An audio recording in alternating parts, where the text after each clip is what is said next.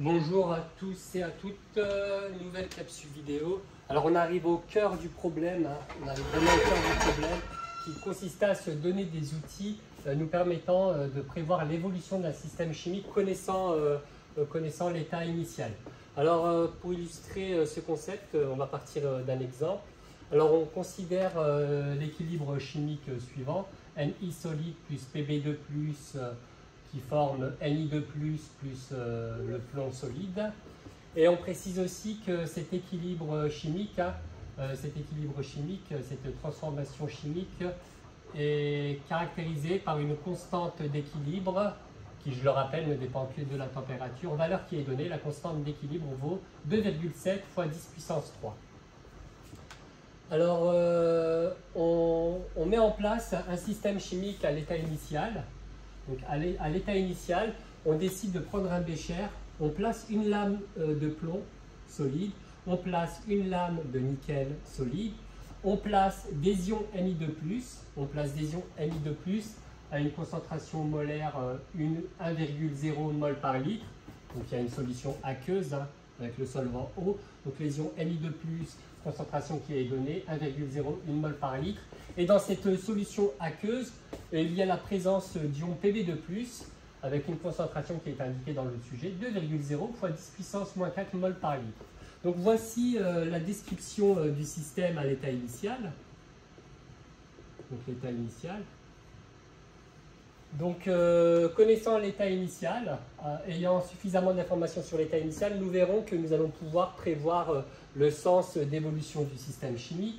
Alors prévoir le sens d'évolution du système chimique, ça sera de savoir est-ce que la transformation chimique va se faire dans ce sens-là, donc Ni plus Pb2+, qui formerait Ni2+, plus Pb, ou bien est-ce que la transformation chimique, est-ce qu'il va y avoir un déplacement chimique plutôt dans l'autre sens, c'est-à-dire Ni2+, plus Pb qui formerait Ni plus Pb2+.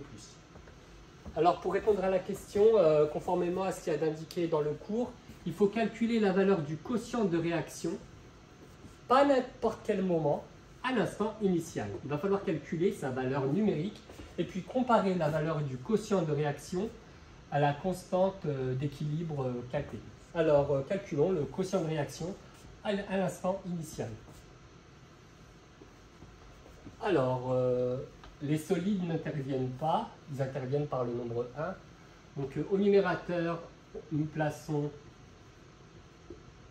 les produits pondérés par un exposant, la puissance nombre stoichiométrique, coefficient stoichiométrique, donc là c'est un 1, je ne le place pas.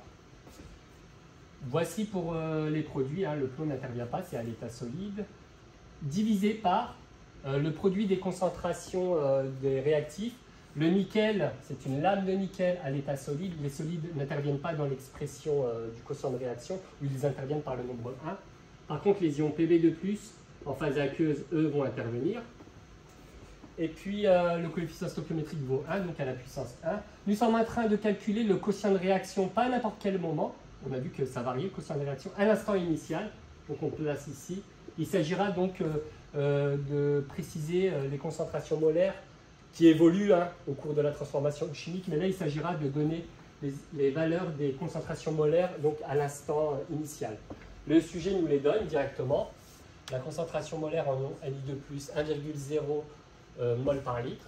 1,0 mol par litre.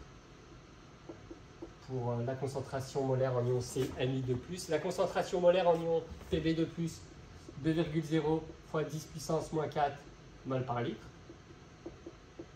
Ainsi, nous trouvons un quotient de réaction. Alors, il s'agit d'une grandeur sans unité. J'ai oublié de préciser dans les précédentes capsules vidéo, il s'agit d'une grandeur sans unité, le quotient de réaction. Il s'agit du premier calcul numérique que nous faisons. On retrouve cette idée-là à mol par litre divisé par des mols par litre. Et nous trouvons comme résultat, je vous donne la valeur, vous pouvez le faire à la calculatrice ou de tête, 5,0 fois 10 puissance 3. Alors, une fois que l'on a calculé, le quotient de réaction à l'instant initial, conformément à ce qui est noté dans le cours, il faut comparer la valeur du quotient de réaction à l'instant initial avec la valeur de la constante d'équilibre. Voir, alors comparer, ça veut dire est-ce que c'est plus grand, est-ce que le quotient de réaction à l'instant initial est plus grand ou plus petit que le quotient de réaction. Alors je vais effacer une petite partie, peut-être effacer cette partie-là pour poursuivre, ou en haut, tiens, peut-être ici, et puis effacer là. Je poursuis donc au-dessus. Alors, récapitulons, le quotient de réaction à l'instant initial vaut, je réécris la valeur, 5,0 fois 10 puissance 3. Et dans le sujet, il était donné la valeur de la constante d'équilibre, grandeur associée à la réaction, hein. Vous n'avez pas pris de la température. Alors, il s'agissait de la valeur, je retrouve cela, 2,7 fois 10 puissance 3. 2,7 fois 10 puissance 3. Nous remarquons que le quotient de réaction à l'instant initial est plus grand. Le quotient de réaction à l'instant initial est plus grand que la constante d'équilibre. Et donc, conformément à ce qu'il y a indiqué dans le cours, ça veut dire que l'équilibre chimique va être déplacé plutôt dans le sens inverse. Donc, l'équilibre ne va pas plutôt se faire dans ce sens-là, il va plutôt se faire selon le sens inverse, je le note ici. Donc, plutôt dans le sens Ni de plus AQ plus Pb solide pour former Ni solide plus Pb de plus. Ce qui signifie que dans le système chimique, hein, tel qu'on l'a préparé à l'instant initial, Ni2+, la quantité de matière en Ni2+, étant donné que c'est un réactif, on le retrouve plutôt à gauche, la quantité de matière de Ni2+, va diminuer, la lame de plomb solide va se désagréger petit à petit, c'est un réactif. À droite, on retrouve le nickel solide, il va se former de plus en plus de nickel solide, hein, qui va venir s'agglomérer autour de la lame de nickel. Et pour le plomb Pb2+, sous forme Pb2+, c'est un produit, donc au cours de la transformation chimique, il y en aura de plus en plus.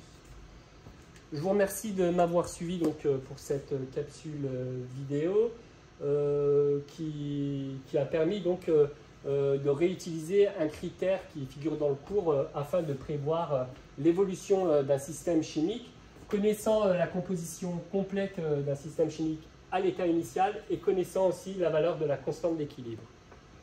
Je vous remercie de m'avoir suivi, donc j'espère vous retrouver pour d'autres capsules vidéo. Merci bien, au revoir.